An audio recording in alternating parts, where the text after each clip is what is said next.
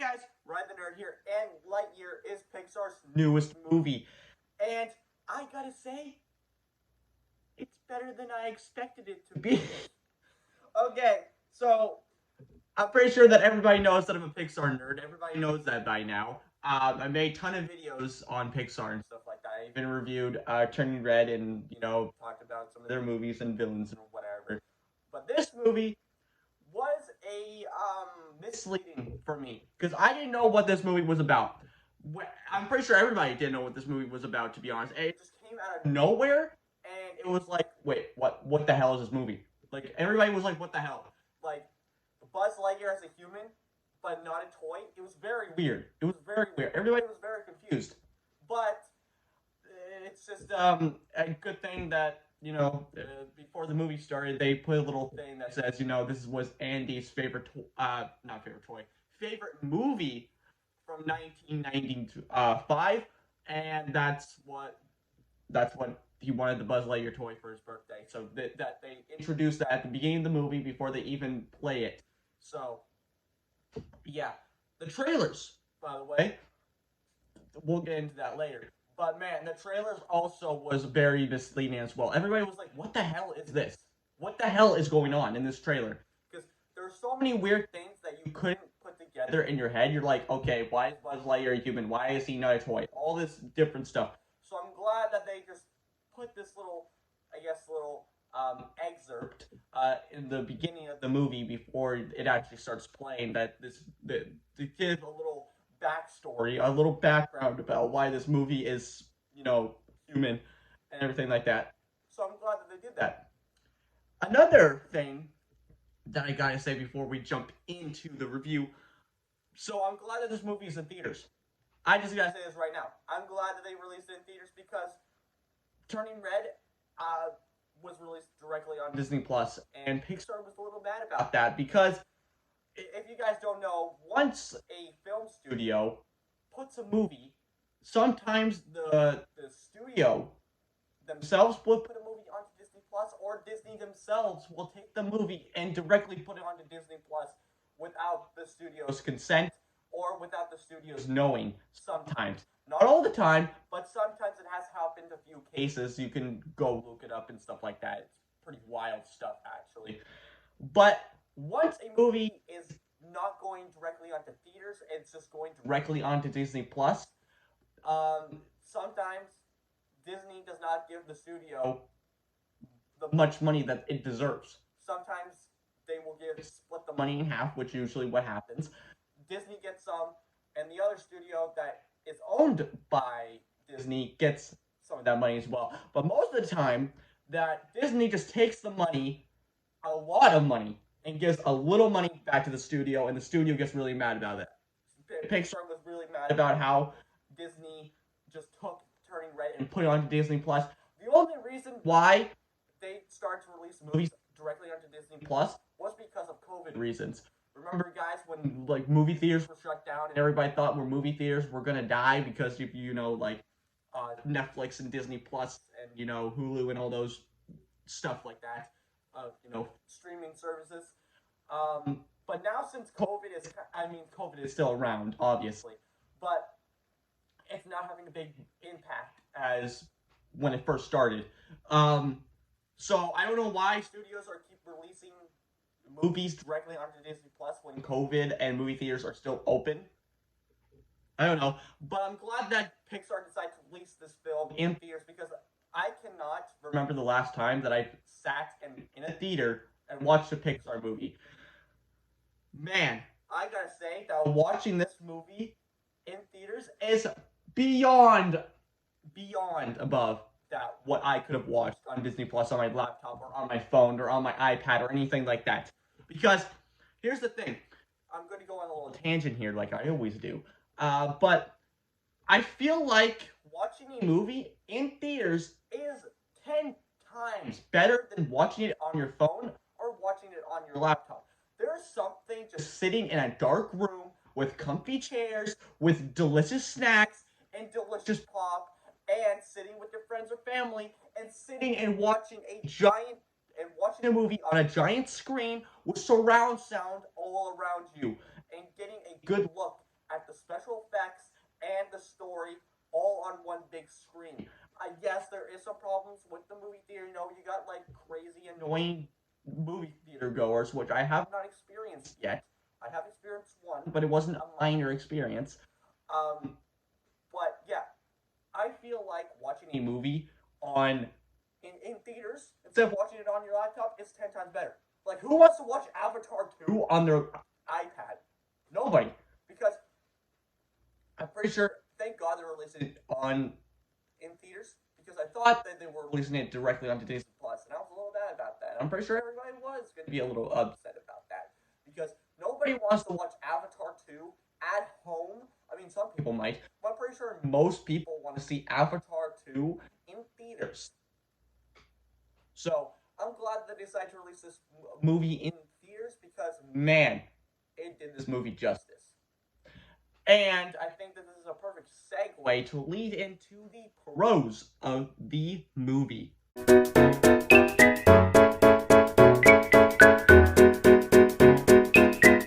So, the pros of the movie. First off, animation, gorgeous. Absolutely stunning. I cannot believe that it makes it so much better in theaters, by the way. If you're watching, thank God they released it in theaters, like I said before. Not just because, money and, gotta give everybody money and stuff like that, but actually releasing it in theaters makes it 10 times better, because you can see every bit of detail on the screen.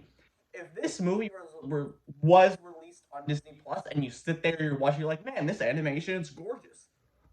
Obviously, but once you watch it in theaters, you're like, man, this animation is freaking beautiful. It looks like a goddamn Leonardo da Vinci painting right there, like in front of my eyes. Like, that's what I was like in this theater.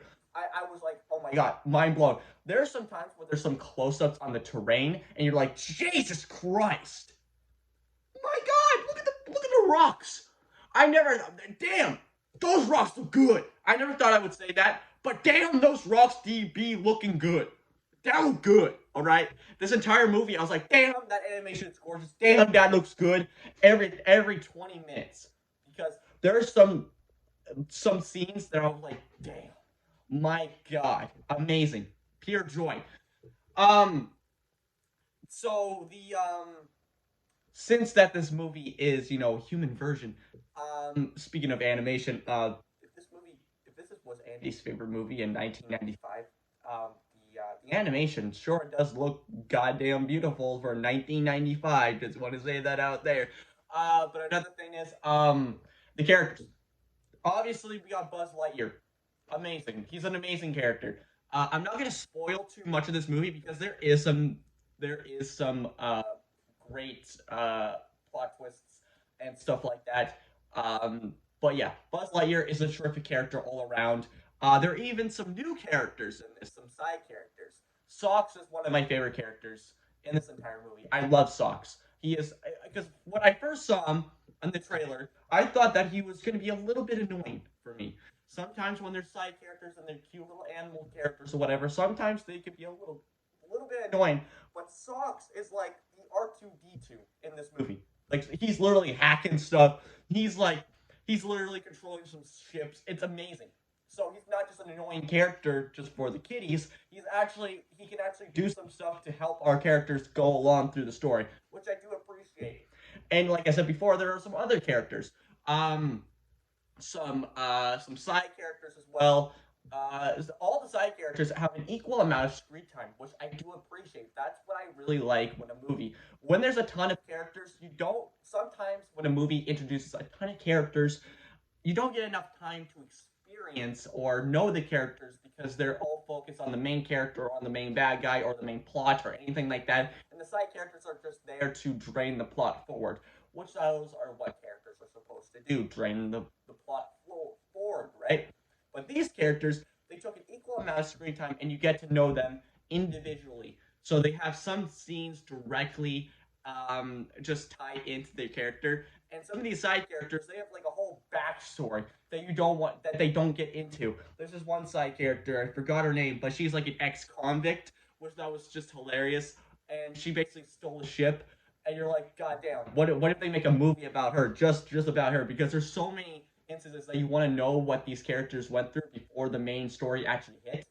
So that's what I really like about this movie, that you want to know about the side characters. And I feel like one of the best side characters is Commander Hawthorne. What a terrific character. Even though that she didn't have much like screen time in the movie, she was still a fantastic character all around. And just I gotta mention this, for all those people who are saying that it's that the lesbian scene is bad or whatever, it's just shut up. Okay, there's a difference between being representation and woke. There's a difference there. I'm not gonna get into that, but I'm pretty sure that everybody can appreciate that.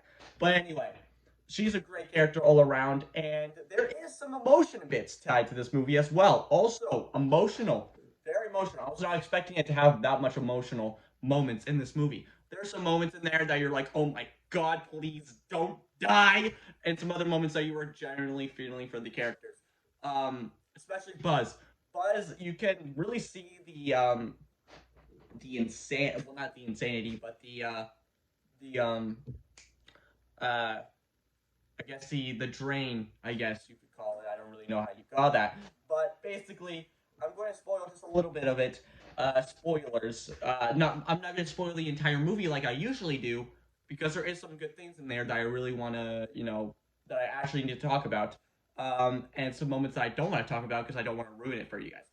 But basically, Buzz Lightyear needs to travel.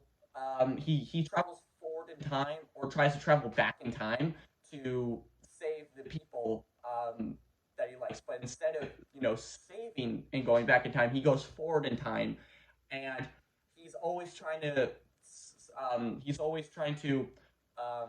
finish the mission, but he doesn't get. He's always focused about saving the mission instead of with the characters, with like spending time with the people that he loves. So then when you see that Commander Hawthorne is actually dying, and then you can really see that he basically just wasted a lot of time that he could have spent with his best friend or his friends or anything like that, and you're like, oh my god. So that's a pretty good revelation that sometimes in sci-fi they don't. There are some moments in there where because people really want to know like how it affects on a person if they keep traveling forward in time and they want to keep finishing what they're doing and they want to save the people that they love, but instead of trying to save the people that they love, just spend time with them. Because sometimes the character's always focused on finishing the mission and saving the people that they love instead of spending time with what they love. It's very complex. So I'm glad that they integrated that. So yeah, another terrific. Zerg, amazing. I'm just gonna say that he's amazing. There is a plot twist to him, and I'm not gonna spoil that because it generally caught me off guard. I was not expecting that. Some people could pick about the plot twist. Personally, I thought it was pretty good, but it didn't really make sense. It was good. It just didn't really make sense in a way. They didn't really explain it all that well. But anyway, I just want to say that Zerg is a pretty great villain. And also, speaking of characters and all that stuff, the designs. The designs are absolutely beautiful. I love the costume designs and all the character designs and all that good stuff. I took an example. If you guys, uh, what I really like about Transformers Prime is that it's a great show, but they also work the character designs. So they upgrade the character designs, but also staying true to the G1 character designs. And that's what this movie did. I'm comparing it to Transformers Prime, but just hear me out. So the character, they has a basic resemblance of the character, but they upgraded it, and it's not being completely disrespectful to the original designs of those beloved characters.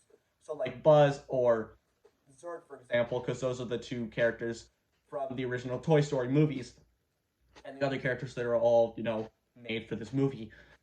Buzz and Zerg, they all have really distinct character designs, but they upgrade it and they stay true to that. So that's what I can really appreciate. Another thing is the trailer. Like I said before, the trailer was gorgeous and all that stuff, and people weren't really expecting what this movie was going to be about or why it even needed to be a thing in the first place. But what I really like about it is that they don't show the entire plot of the movie, which I do really appreciate. Usually nowadays with anime trailers or just regular trailers in general, they show the trailer, but they're showing the plot and what's going to happen in the entire movie.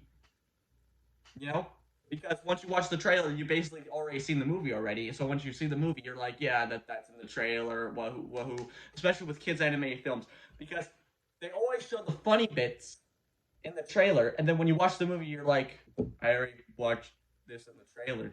It's not that funny anymore. But in this movie, they didn't show a whole lot. They show the basics of the plot, but once you watch the movie, you're like, okay, so I've seen this in the trailer, but it's also evolving. So they show a small portion of the movie, and then once you watch it, you're like, wait, this is only the small portion of the trailer, and I'm watching this entire movie, and it's not in the entire trailer? Amazing. Great job. I really do like how they integrated that, and hopefully, I'm pretty sure that hopefully more animated movies learn from this trailer, that so they don't show the entire plot of the movie and just show snippets of it, because once a trailer is supposed to, because back in the day, my old time, back in the day, they would just show the trailer and just bits and pieces of the film. So once you watch, you're like, wait, how does this all fit together? So, yeah. Let me take an example. The trailer for 2001: Space Odyssey. Go watch that trailer if you haven't. But they all show different bits and pieces of the movie, and then you get the main scene with Dave and Hal, and then they show bits and pieces of the apes and the monolith and the space, and you're like, how does this all fit together? And then when you watch it, you're like, oh, that makes a lot of sense. So that's what I can really appreciate from this Lightyear trailer. Really appreciate that. So animation great, emotional bits amazing, characters are great, character designs are great, side characters are also great.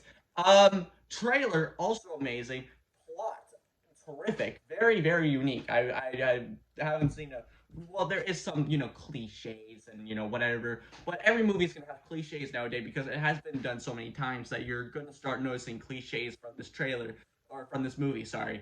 So yeah, there's a lot of pros that I just talked about. Now let's get into the cons.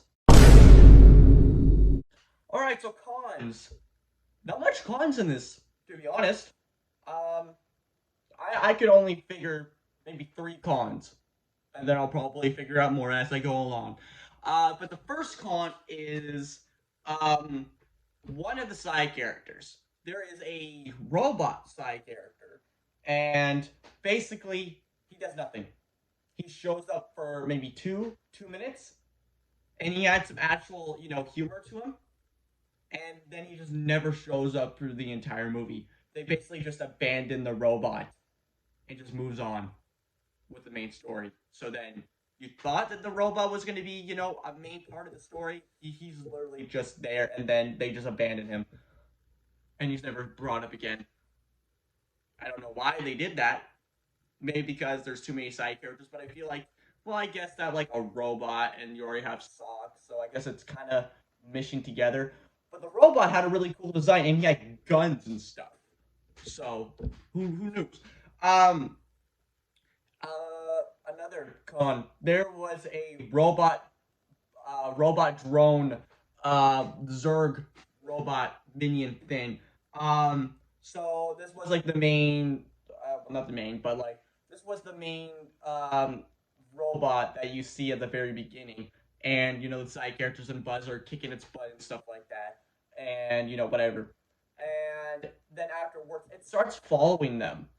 Like you can see that it's following our characters throughout, and then at the very end of the movie, they crash land on the planet again, and then the robot who has been following them for the entire movie, you think that, because I thought that the robot was gonna help them at the end, or something like that, maybe because its programming got all messed up or something, because they did just beat the crap out of it and just shoot it and throw a harpoon into its head. So I thought that its programming was like, self-conscious, and then it was like, oh, I want to help them or something like that. But no, at the very end, the robot is literally coming and it just like is about to kill Buzz, and then it just dies at the very end. After they already defeated Zerg and they did all the the climax and stuff. So I don't know why this robot was really needed. I don't know why. I don't know why the point. What the point was it? I don't get the point of that. Another con that I have is the plot twist. Not the twist itself. The twist is amazing, but just how they integrated the twist in a way. Because I'm not going to spoil the plot twist, but basically they didn't explain how the plot twist actually came to be. Because it's just I know it's very hard for me to explain without spoiling it, but I actually want you guys to I actually want you guys to watch this movie and see the plot twist for yourself, because this plot twist is actually pretty amazing. I'm pretty sure that people have already seen it now, and you probably know what I'm talking about by the plot twist. The plot twist itself was very, very, very. I was not expecting a plot twist. So it was very, but I didn't like how they explained it and how they integrated it, because I feel like they could have integrated and explained it a little bit more deeply, instead of just showing like 2 scenes of it and then just forgetting about it. So yeah, I feel like they could have integrated the plot twist just a little bit earlier into the movie, because the movie is like around 2 hours long. So I wanted the plot twist to be like in the middle or something like that, so then you can get like a full experience of the plot twist and you can actually get the thing behind it. It's very concerning. Also, I forgot to add another pro. Another pro is guns. They got some guns in this one.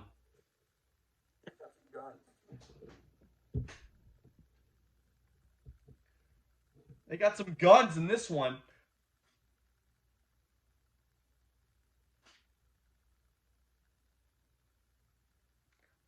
But anyway, I hope that you guys enjoyed this review. Overall, I really enjoyed this movie. I highly recommend this movie. I wouldn't say that it's better than Turning Red. I feel like Turning Red is a little bit better. They're kind of like right here, right? So they're very close together. This is Lightyear right here, and this is Turning Red. They're about equal grounds, but Turning Red is just a little bit higher, in my opinion. But overall, I really enjoyed this movie, and I highly recommend this movie to anybody who hasn't seen it yet. And trust me, that plot twist will get you very, very well, like, what? Like that. So I hope that you guys are ready to see that plot twist, because that plot twist was pretty crazy. Anyway, I hope you enjoyed this video. Like, comment, subscribe. I don't care what you do, but you guys know what time it is. So, bye, guys.